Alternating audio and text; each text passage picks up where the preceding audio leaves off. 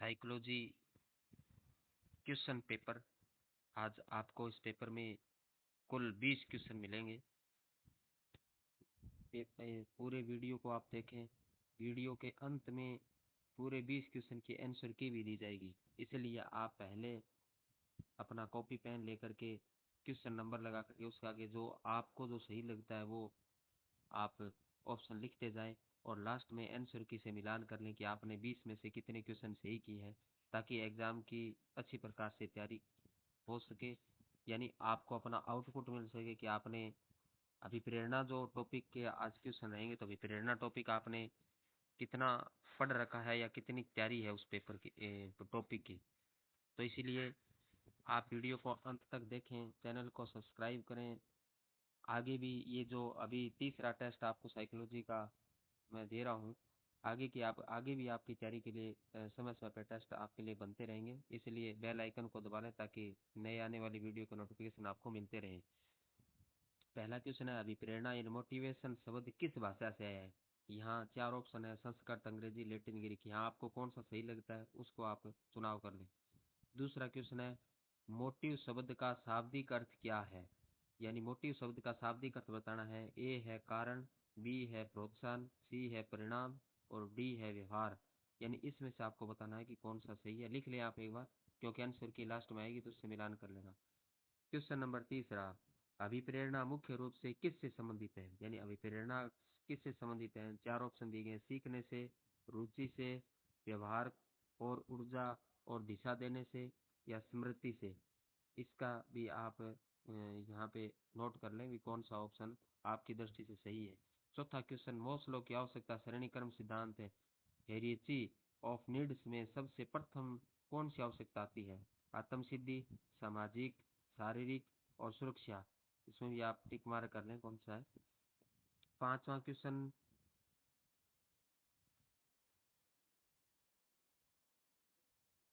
Crow के अनुसार स्वयं की संभावनाओं का पूर्ण विकास किस श्रेणी में आता है। सामाजिक आवश्यकता, आत्म सिद्धि आवश्यकता, सुरक्षा आवश्यकता और सम्मान आवश्यकता। इनका भी आप नोट कर लें। उसके बाद अभिप्रेरणा का सिद्धांत किस मनोवैज्ञानिक से संबंधित है। छठा क्वेश्चन है, अभिप्रेरणा का सिद्धांत किस मनोवैज्ञानिक से है। पोलो से संबंधित, स्किनर से संबंधित, मॉस्लो से संबंधित और थॉर्नडाइक से संबंधित। इसको भी आप टिक मार कर लें। क्वेश्चन नंबर 7वां, निम्नलिखित में से कौन सी अभिप्रेरणा आंतरिक होती है। आंतरिक अभिप्रेरणा है परीक्षा में अच्छे अंक लाना, बी शिक्षक से पुरस्कार पाना, सी किसी विषय को रुचिपूर्ण पढ़ना और डी नौकरी के लिए तैयार करना। 8वां क्वेश्चन है, ड्राइव रिडक्शन थ्योरी किसने दी थी। हल, फ्राउड, फ्रोड, स्किनर और एडलर। यानी इन चारों में से किसने दी थी, आप नोट कर लें। 9वां क्वेश्चन, अभिप्रेरणा के 2 प्रमुख प्रकार माने जाते हैं, प्राथमिक एवं गौण, शारीरिक एवं मानसिक, आंतरिक एवं बाह्य, नकारात्मक एवं सकारात्मक। 10वां क्वेश्चन है, निम्न में से कौन सी बाह्य अभिप्रेरणा है। निम्न में से कौन सी बाह्य अभिप्रेरणा है। शौक से पढ़ना, चित्रकारी में आनंद लेना, वेतन प्राप्त करने हेतु कार्य करना, शोध में रुचि लेना। इनमें से कौन से है, ये आप टिक मार कर लें। क्वेश्चन नंबर 11वां, विचलैंड का सिद्धांत मुख्यतः किस पर आधारित है। 3 आवश्यकताओं पर, 5 आवश्यकताओं पर, 2 आवश्यकताओं पर, 8 आवश्यकताओं पर। नोट कर लें आप। विचलैंड के अनुसार 3 आवश्यकताएं कौन कौन सी हैं। उपलब्धि, शक्ति, समर्थता, शारीरिक सुरक्षा, सम्मान, सफलता, असफलता, चुनौती, आत्म सिद्धि, सम्मान व सामाजिक। तीनों में से कोई सी आपको यहाँ पे बतानी है कौन सी सही है। 13वां क्वेश्चन, अचीवमेंट मोटिवेशन का अर्थ है। अचीवमेंट मोटिवेशन, धन कमाने की प्रेरणा, लक्ष्य प्राप्ति की प्रेरणा, दूसरों की सेवा की प्रेरणा और सुरक्षा पाने की प्रेरणा।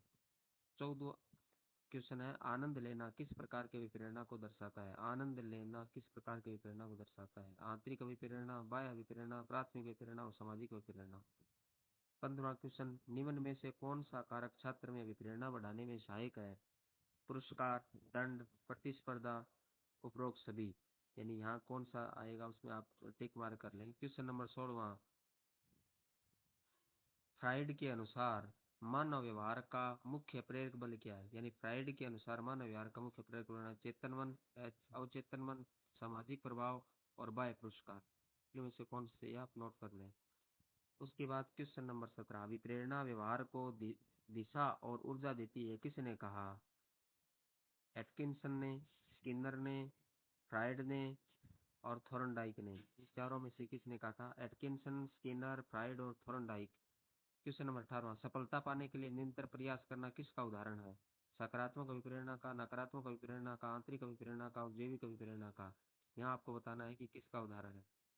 उसके बाद क्वेश्चन नंबर 19, भूख और प्यास किस प्रकार के अभिप्रेरणा है? यानी भूख और प्यास अभिप्रेरणा के बारे में बताना है। सामाजिक अभिप्रेरणा, जैविक, प्राथमिक, बाह्य अभिप्रेरणा और द्वितीयक अभिप्रेरणा।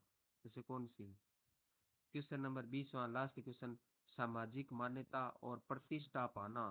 सामाजिक मान्यता और प्रतिष्ठा पाना किस श्रेणी की आवश्यकता है? यानी सामाजिक मान्यता और प्रतिष्ठा पाना किस श्रेणी की आवश्यकता है? आत्म सिद्धि की आवश्यकता, सम्मान आवश्यकता, सुरक्षा आवश्यकता, शारीरिक आवश्यकता। इनमें से कौन सी आवश्यकता है? ये आपके 20 क्वेश्चन कंप्लीट हो गए। अब चलो अपने देखते हैं आंसर की। चलिए, आपने सभी के ऑप्शन आपने लिख लिए होंगे 20 क्वेश्चन के। देखते हैं किसने कितने क्वेश्चन सही किए हैं। जिसने भी क्वेश्चन जिसके जितने सही होते हैं वो उस कमेंट बॉक्स में अवश्य लिखेंगे आपने कितने क्वेश्चन है। प्रत्येक क्वेश्चन 2 नंबर का है, 20 क्वेश्चन 40 नंबर के थे। तो इस प्रकार आपने अंक भी लिखे, आपने कितने अंक प्राप्त किए। पहले का है लेटिन, पहले का आंसर होगा लेटिन। दूसरे का होगा कारण, ए ऑप्शन। तीसरे का सी ऑप्शन सही है, व्यवहार को ऊर्जा और दिशा देने से। चौथे का सी ऑप्शन सही है, शारीरिक। पांचवें का बी ऑप्शन सही है, आत्म सिद्धि आवश्यकता। छठे का सी ऑप्शन सही है, मोस्लो। सातवें का सी ऑप्शन सही है, किसी विषय को रुचिपूर्ण पढ़ना। छठे का ए ऑप्शन सही है, हल। सातवें नौवें का सी ऑप्शन सही है, आंतरिक एवं बाह्य। 10वें का सी, वेतन प्राप्त करने हेतु कार्य करना। 11वें का ए ऑप्शन सही है, 3 आवश्यकताओं पर। 12वें का ए ऑप्शन सही है, उपलब्धि शक्ति और समर्थता। 13वें क्वेश्चन का बी ऑप्शन सही है, लक्ष्य प्राप्ति की प्रेरणा। 14वें का ए ऑप्शन सही है, आंतरिक। 15वें का डी ऑप्शन सही है, उपरोक्त सभी। 16वें का बी ऑप्शन सही है, अवचेतन मन। 17वें का ए ऑप्शन सही है, एटकिंसन। 18वें का ए ऑप्शन सही है, सकारात्मक अभिप्रेरणा। और 9वें का बी ऑप्शन सही है, जैविक और प्राथमिक। और 20वें का सी ऑप्शन सही है, आवश्यकता।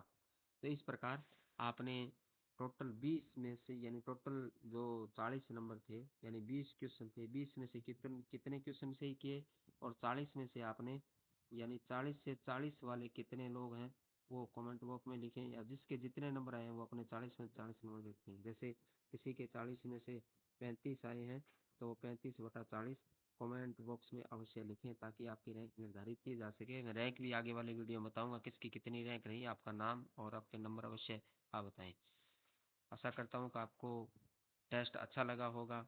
आप तैयारी करें, समय समय आपको इस प्रकार के टेस्ट है। आगे वाला 4 नंबर का टेस्ट मैं जल्दी आपके सामने लेकर के आऊँगा।